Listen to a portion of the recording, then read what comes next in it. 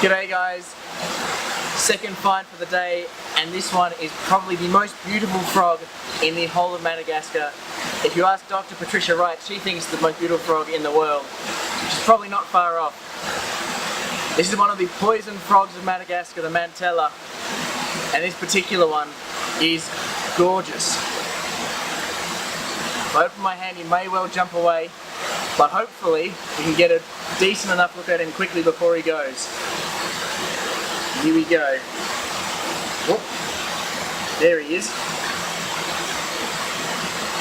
You can see the green splotches on his around his legs, around both his front and his hind legs, and his great orange back legs.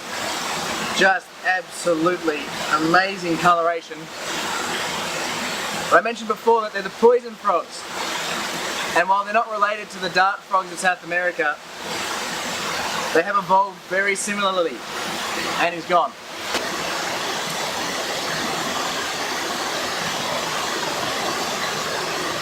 And he's back. The poison frogs of Madagascar rely on getting their poison from their prey. So they eat lots of termites, ants, and other insects. And the alkaloids from their prey produce this poison. They're not particularly poisonous, but they do produce enough to be pretty nasty tasting for any predators that might want to eat them.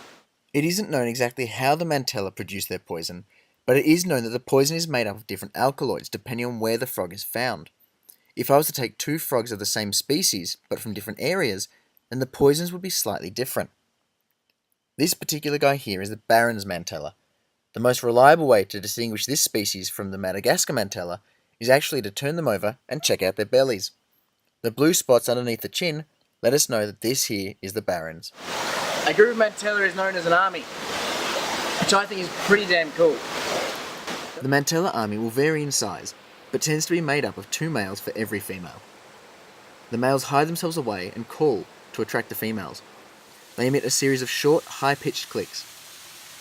While you would think that this would make them relatively easy to track down, it couldn't be further from the truth. Looking for frogs. Having spent plenty of time trying to search for these guys over the last few months, finding them at last was super exciting. The call seems to be able to carry a fair distance, which can make locating them a real pain. You can see my exasperation as I give up on this particular instance. It turned out this frog that I was looking for was actually on the other side of the river. No other frog in the world breeds the way that the Mantella do. It is totally unique to the best of my knowledge. The male will actually sit on the head of the female, and his sperm will run down her back. Pretty bizarre. Female Mantella will lay up to 130 eggs on the land. Once the tadpoles hatch, they'll be washed into the waterways with the arrival of the rains. Within several months, they'll start to develop real eggs and begin metamorphosis. One of the cool things about the Mantella, unlike a lot of frogs, is that they have no webbed toes, which means they don't tend to spend a whole lot of time in the water. Instead, they like to spend most of their time wandering around on the ground, where the lack of webbing allows them maximum mobility on the forest floor. While this species of Mantella is predominantly terrestrial, they still rely heavily upon the water. A lot of the Mantella, while not this one in particular is not actually endangered, but a number of the Mantella species are critically endangered. The golden Mantella, for example, found up around Andassi Bay, is one of the most beautiful frogs you will find. An amazing orange, reddish orange sort of colour, but they are really suffering. Mining and deforestation and the destruction of their home in the wetlands is really having a massive impact on the frogs. However, the team up at Endangered Zoo are doing an incredible job of breeding these frogs to bring them back from the brink of extinction. Last time I heard in 2017, they released over 4,500 frogs back into the wild. They are very susceptible to climate change and other changes to their environment. In particular, anything that's going to impact the amount of prey that they're able to find has serious consequences for them. In particular, any of the insects, so the ants, the termites that provide them the alkaloids to produce their poison, that once they start disappearing, the frogs start becoming less poisonous.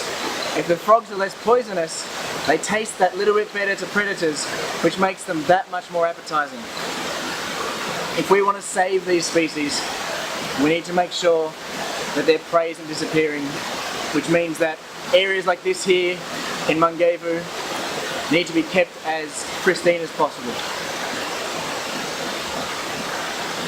This place is pretty damn amazing, and the frogs like Mantella are here, oh boy, don't get much better than that.